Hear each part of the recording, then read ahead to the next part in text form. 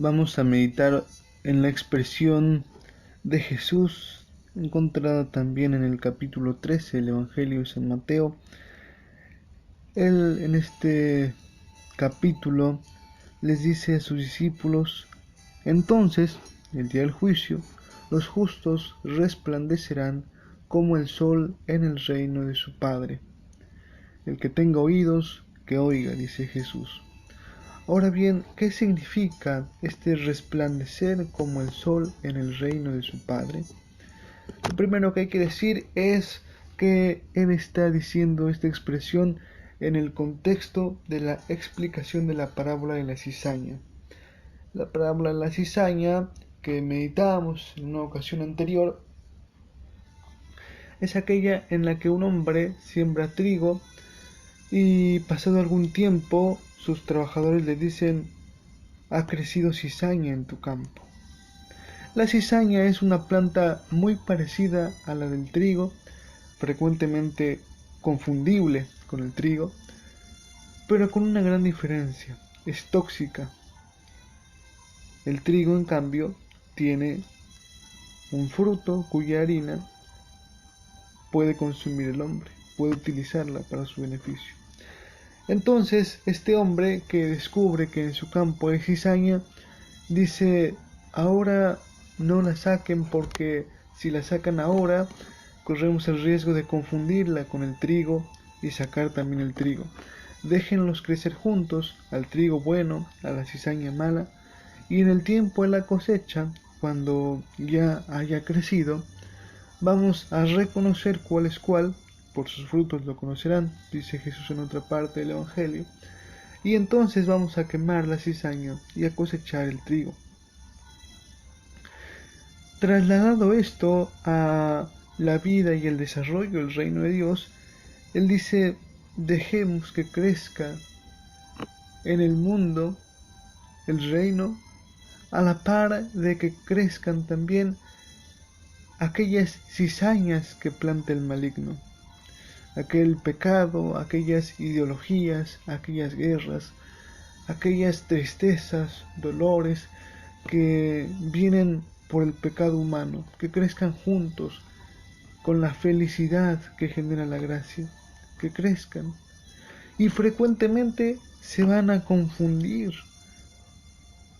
las cosas del pecado con las cosas de Dios, pero cuando llegue el tiempo, en el momento del juicio, allí cuando por sus frutos se reconocerán, dice Jesús, entonces los justos van a resplandecer como el sol y no habrá nada que los opaque. Como dice el dicho popular, el sol no se tapa con un dedo. ¿Qué nos dice hoy estas palabras de Jesús? En primer lugar, que justamente hay una gran tendencia en nuestro tiempo, en nuestra época, porque se den vuelta las situaciones.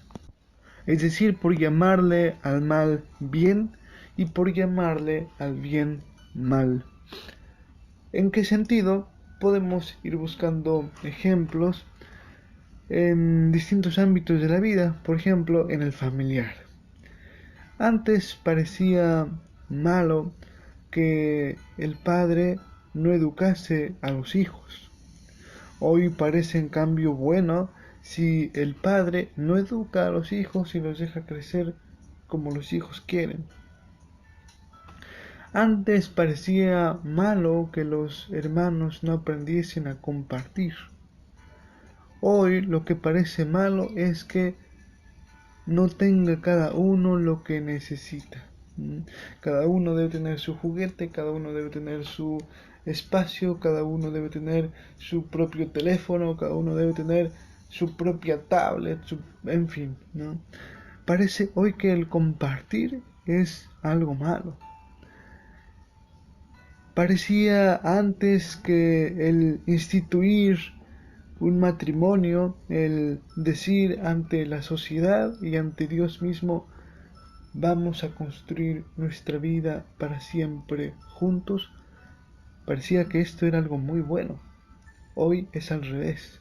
Parece que compartir la vida con el otro, decirle al mundo y a Dios, amo a esta persona, parece que es encadenarse, parece que es perder la libertad, parece que es esclavizarse, parece anticuado, parece ridículo. Y esto, como decíamos en otra reflexión, no es algo gratuito. Es fruto de las ideologías que han venido poco a poco mermando en la conciencia de los mismos fieles. Hace poco escuchaba una conferencia de un profesor español que decía algo muy interesante. Hoy el martirio sigue siendo, sí, aquel de derramar la sangre por la fe, como sucede en muchas partes de África y de Asia, donde han muerto en este siglo XXI millones de cristianos, y por el comunismo en el siglo XX muchísimos más. Pero también es hoy el martirio de la incoherencia, Es decir, vemos cristianos que se dicen cristianos, pero que al mismo tiempo actúan como si no lo fueran, o piensan como si no existiera un evangelio que rigiese la vida moral, que rigiese nuestra manera de pensar y de conducirnos.